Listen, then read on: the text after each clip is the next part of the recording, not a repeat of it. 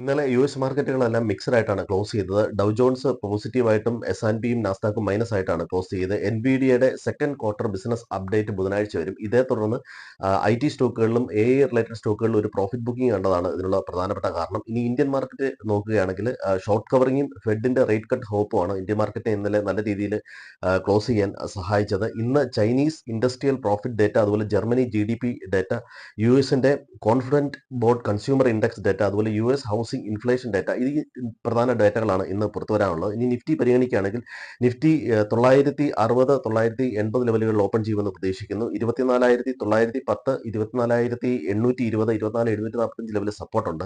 Resistance കാണുന്നത് 25,080, 25,120, 25,160 ലെവലാണ്. Bank നിഫ്റ്റിയെ സംബന്ധിച്ചിടത്തോളം 51,250, 51,360, 51,480 ലെവൽ റെസിസ്റ്റൻസും, 51,050, 50,960, 50,660 ലെവൽ സപ്പോർട്ടും കാണുന്നു.